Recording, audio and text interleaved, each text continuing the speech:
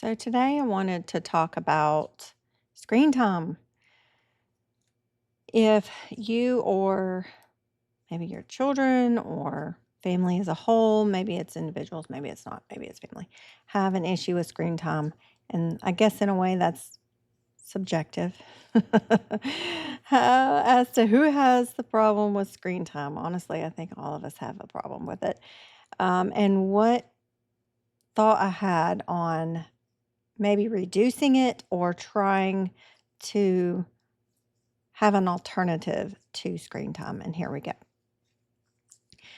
So, back in the day, and I'm sure some people know, some people don't, we actually didn't have internet and we didn't have smartphones and we didn't have, wireless anything. And the screens we had, at least in the most recent history, would have been TV. Even, radio was a huge thing. It actually still is a decent media, but it didn't consume your whole essence, like your whole it's almost like a screen, you become like just totally immersed in it. As soon as you have audio and visual, it just kind of consumes you and then you lose track of time. So, we've had TV for a while in our culture. And it's only gotten worse with any kind of screen and demand for our time over the years. So it used to be with the TV, it actually had specific hours. Basically, TV started at a certain time in the morning and then it ended at another time at night, and it would basically not exist anymore. Like kind of like a movie. Like you turn on the TV and it's like it just nothing was there. Um, I mean, a kid could get up in the middle of the night and turn on the television. Guess what? Nothing was on because TV didn't go. Keep. I don't know how to put it. Like it just didn't. There was no programming, which is an interesting term. There was no programs going on in the middle of the night during, a period of television history. So of course, television increases its time on the air, and then of course people watch it, and then there's, you know, different people watch different things, different times. I mean, then it becomes like we all know like a 24-hour thing, and then it was like 24/7 even. And then, of course, we get cell phones, we get wireless things, and in the beginning, it wasn't I don't know, maybe some young folks might think this is hilarious, but the first cell phone, quote unquote, that I recall ever seeing was Don Johnson on Miami Vice. Miami Vice, the cop show, he and his partner, and he had this cell phone. Well, it was a car phone. It wasn't even a cell phone. It was a car phone, and he picked up this big old brick of a phone and then had it to his ear. That was the first, you know, cell phone, which was a car phone I ever saw. There was also an old show on TV where he used his shoe and he would pull off the shoe and he would hold it up to his ear and he had this really long metal antenna like an old school radio. Um, anyway, so those were like the first phones I ever remember that weren't on a wall and had this long umbilical cord of a cord over the phone. But so my first cell phone, I think I was 23. I had the twins. So I had a 1-year old and two infants. And I don't know how long they had been around. I was not in the groove of trying to keep up with the Joneses. I was trying to keep up with babies and sanity. So I remember I was 23 and the phone was like this black Motorola and it had the little rubber buttons for the keypad and it had for the what would angle out from your mouth. It wasn't a speaker or anything. It was just a black hard plastic flap, and it would flap over the keyboard, and the antenna was like this rubbery antenna. You would have to pull it out, and, I mean, still to this day, I remember, the twins and all, they would chew on it because it was rubbery, and so that was always fun. Um, so, I didn't have the screen thing to deal with at that point in time, but over the years, of course, guess what? We get phones that are all consuming, and then they're just computers, on your hip. So, anyway, one of the things that I realized with our kids growing up, yes, there were smartphones. They got big and they took off really fast. And, well, at least to me, they did. And one of the things I remember is even with a smartphone, quote unquote, at least somewhat smart at the time, you had to pay extra to text. And I had a friend who she would just email, and then the email would notify her phone so that she didn't have to pay the extra for texting. Well, I didn't care about being notified anyway because, I mean, we lived in the sticks. We didn't have reception, and it didn't matter. So I was a little occupied, very occupied with all the seven underfoot. But eventually, just before we moved out of that countryside of South Carolina and moved up to Tennessee, we did get smartphones. We did have the text option on there. Can't believe it was an option. How silly. And it became like a necessary evil. And then, and probably now, uh, I don't want to call it that. But over time, it seems to be the more things you're supposed to be, quote unquote, supposed to be keeping up with, or the apps, or the, instant. If someone wants to get a hold of you, it needs to be instant. And sometimes, I mean, honestly, my phone, I don't even leave the sound on. And I try not to, unless there's something going on that I know that someone's, on a trip or whatever. I try not to even have it near me if I can. Of course, can't always get away with that. But anyway, so going back to, you know, us getting the cell phones, it became apparent that as soon as you get that cell phone, it is like a vacuum. It just like sucks you in and you can't get out. Just the phone itself, even, even I've noticed for myself, I have like these habits of what I tap on. And sometimes I'll catch myself and I'm like, I just checked my email. Why am I clicking that again? And it's just habit. It's just a habit. It's like I see it, I click it, and I check it. And I'm like, that's ridiculous. I've already checked my email today. But going back to some of the things I thought of, what did we do, me included, before we had screens? And it was essentially the concept that occurred to me was we were busy doing other stuff, right? But it wasn't just being busy because, of course, you can watch TV and you could have whatever TV kind of stuff, streaming, cable, whatever. But even if we didn't, we're big on like movies, DVD kind of thing. We would just want to watch what we want to watch. And I don't know. There's something nostalgic about having a movie that you can actually put in on your own. And I don't know. At least it's a DVD. It ain't that old, right? It's not like VHS or the little, I don't even know what they called those movies that you would put on the thing and it would, old school film. But anyway, we didn't have cell phones. I guess we weren't up with everyone else. We were behind the times. And that's okay because no one was really behind it all. So what I realized wasn't that we were busy, it was what we were busy doing. And that is one thing I have realized even as, the kids are adults, is if you have an activity that takes your attention and your creativity and it uses your mind, then you are much less likely to want to click on your phone to look for something to entertain you. So I say all of that to say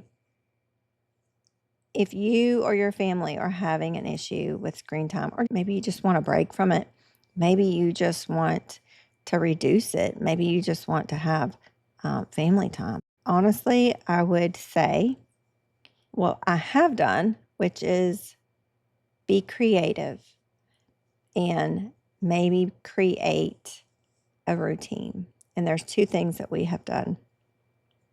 So, first thing was and is a routine of not just of the day, but of what you do. So, read alouds. I did not do a bunch of read alouds until some of the homeschool stuff had me do read alouds. And then it became the thing in our house. And ultimately, of course, Little House on the Prairie was one of the bigger ones. Honestly, it wasn't Little House on the Prairie book. It was Farmer Boy. Everybody loved Farmer Boy, which wasn't even Laura. So maybe creating a routine of reading instead of scrolling, and then everybody can listen. And I think maybe I've stated this before, but ours, if it was in the evening, which was usually when it was, I would have like a lantern, um, old school, lamp oil and the wick, and I would have it lit and I would read and everybody else would hang out. And it depended on the season. So if it got super dark, no one could see to do something on their own. But here is the second thing that can be applied with the first thing, which is a routine of maybe some family time or reading time. But even if you didn't do the reading time, or you can combine it with the reading time, is doing some sort of handcraft. And, even now when I'm sitting here talking, I'm doing something with my hands. And that, gosh, that checks a lot of boxes. It's not just a skill to learn. Just say knitting, because I'm knitting now. And most of these talks I knit. Um, but it takes a little bit of learning, going from not knowing how to knowing how, and then you're able to knit. So maybe I'm just going to use knitting as an example. It could be crocheting. It could be rug punching. I absolutely love rug punching. It could be whittling. It could be doodling and drawing. And all of those things, yeah, all of those things my family has done it, both during a reading time, like a read aloud time, or just together at the same time. And there's no phones needed, there's no computer, there's no TV. None of that is needed in order to just hang out and have some creative time. And I think that's the part that maybe we miss out on a little bit over the period of tech getting bigger. We kind of lose sight of actual tangible creativity. And something about, just to use knitting as the example again, yes, you have to learn how to knit, but beyond that, you don't have to make it complicated. It becomes soothing and rhythmic and calming. And that is something that is the absolute opposite of a phone or a computer or, some of the things streaming. And maybe if you could bring a little bit of that into your home, the routine, you could do the reading, you could do, just listening to the reading, you could do the handcrafts and, arts and crafts and see how that goes. And what I can say is it's something you can do while you're doing something else. And actually, I do this now. I will admit it. I will go around with my knitting. I think it was just a couple weeks ago, we went to this little local ice cream shop. And guess what I took? I took my knitting out. I mean, I was careful because I didn't want, drop a stitch or something. But just the whole process that you and your family can be creative instead of like complacent and just maybe sitting somewhere listening to someone else or watching their life go by on a screen, and you could be living your life and not have to worry about someone else's. The creativity of it too, um, and I think that's where I was trying to go with carrying it around, is it doesn't just stop with reading. or a reading time or a habit of a family time where you are doing maybe some arts and crafts or fiber art or things like that. You aren't just creating during that time, you actually are fanning the fire of you or your family wanting to build upon that creative part. Um, for example, you know, when someone is learning how to knit, they learn the stitches and they learn how to do them, and they don't have to stop during like the family time or something, the non-screen time, right? They could expound on that and it can end up being, beyond. It could, I don't want to say it'd be a replacement because it actually, it existed before tech, before the, smartphones. It has an effect on your body. Uh, it has effect on your mind in the opposite way, I would guess, um, than sitting there staring at a screen. Now, does that mean that you wouldn't have to look at a screen to learn? No, not necessarily. I mean, I did learn how to knit from a book, but a lot of times now people go on YouTube and they just learn whatever. But once you get the grasp of it, whatever it is, knitting is the example I have, it's kind of mindless and soothing. And that is sometimes where we're going. We just get in a groove. And then instead of being fed information, all of a sudden we're like thinking and having memories pop up and stories. And then, especially if you're around your family and you're doing some sort of fiber art or handcraft or something. And you're also making memories with them then. So if you don't know how to do any kind of, creative, artistic type thing, I mean, everybody can do something. I would never say I am a professional knitter or anything. It's an interest and it's fun. It's so gratifying to actually start from scratch with something, learn how to do it, learn the skill of doing it, and then be able to create something and be able to either use it or give it to someone else. And kids aren't too young. I remember I have a picture somewhere of the triplets underneath the tree in our front yard, and they were pretty young, but they started knitting when they were 3 and 4. Is it going to be, an award winning project? I mean, maybe no, but they're learning. That's all part of learning a skill, and handcrafts for sure. Drawing, all of it is, you start somewhere and you learn from that and you build on it.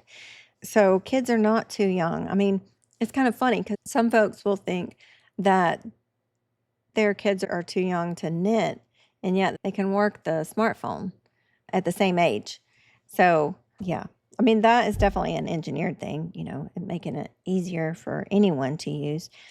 But what if you taught your kids, no matter how young, how to do some sort of creative craft instead of being a consumer, be a creative? And it doesn't have to be fancy. I mean, just start with crayons and a piece of paper, and maybe you're reading and they can just draw what they see in their mind of what you're reading. Or whittling. Whittling's a thing in our house at times. Fiber arts are the biggest one in our house, but like I think we have a problem with fiber arts, but don't tell anybody. Like this whole barn might be a fiber art storage facility, but it serves a purpose. It serves skills. It builds up confidence in being able to learn something. It builds up the skills to being able to create something and to have a way of giving to someone else. And of course, for this talk, it would be how to limit the screen time. Instead of screen time, be skill time. Um, you know, whatever that skill might be. And if you can make it a group effort, that would be even awesome. Is that a word? Awesomer. I noticed probably a week or so ago that we didn't have the TV on at the house, and I was knitting because I'm trying to do something at the moment and actually have a project in mind. And what's funny is when they see me and when your folks see you, it's like inspiration and also an example, but mainly an inspiration for them to get out their crafts, to get out their projects that they're working on. And then we actually sat there in the living room and we were just doing our knitting and we were talking and actually having a conversation. And it wasn't one of those, you know, everybody's in the same room, but you're all texting each other. We're actually in the living room and doing our knitting and our creative stuff. And it was really cute because for us and our family, this was kind of an old thing for us. This wasn't something brand new. It was more like bringing back that family time.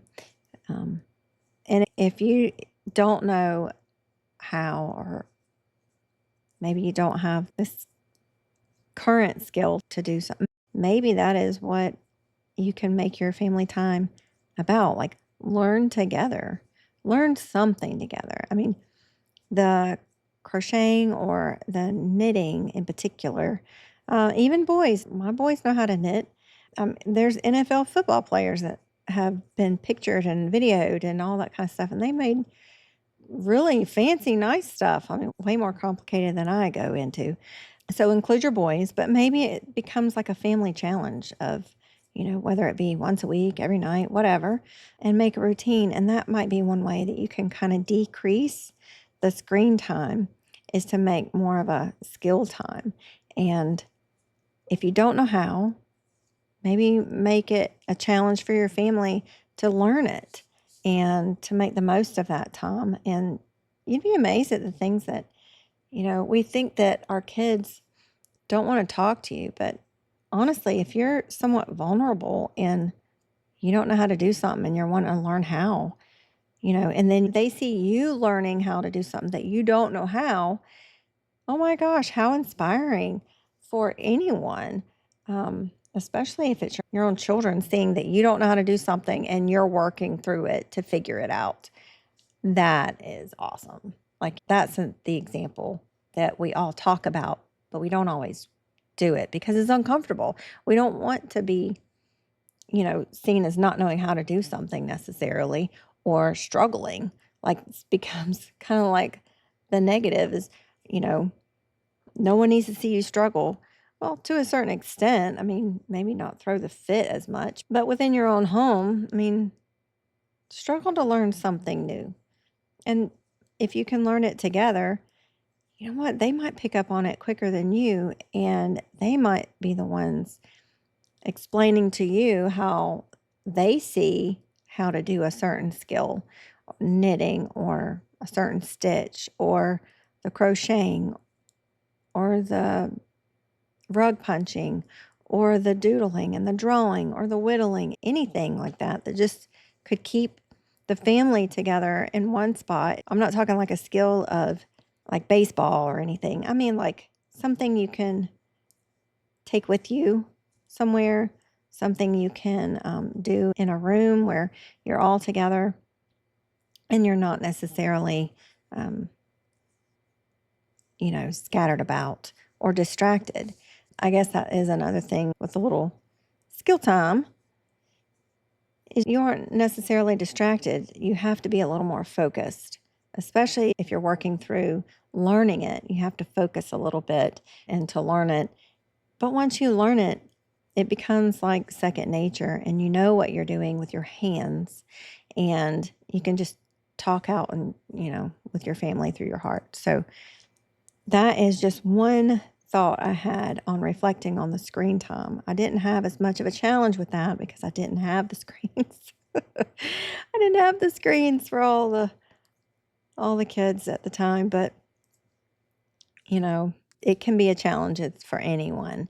And if I could encourage anyone to maybe instead of screen time, have a skill time or whatever you want to call it. It could be, some folks name things. So give it a label if you have to give it a label. But don't run the TV, don't do a movie. Just sit there and be with your family. Learn something together and go from there. And you won't just learn a skill. You'll actually be making memories, and sometimes those memories, when those skills get brought back up, they'll remember those memories when they go to knit or crochet or something on their own as an adult. And then you as well, as time goes on, you'll remember back on teaching them or sitting with them and enjoying being with your family. So that's just my little thought of reflection on how you can try to do something to push back a little bit on that screen time. And it's not going away. We all know that. But maybe replace a little bit of it with that family skill time. So that's it for now. Thanks.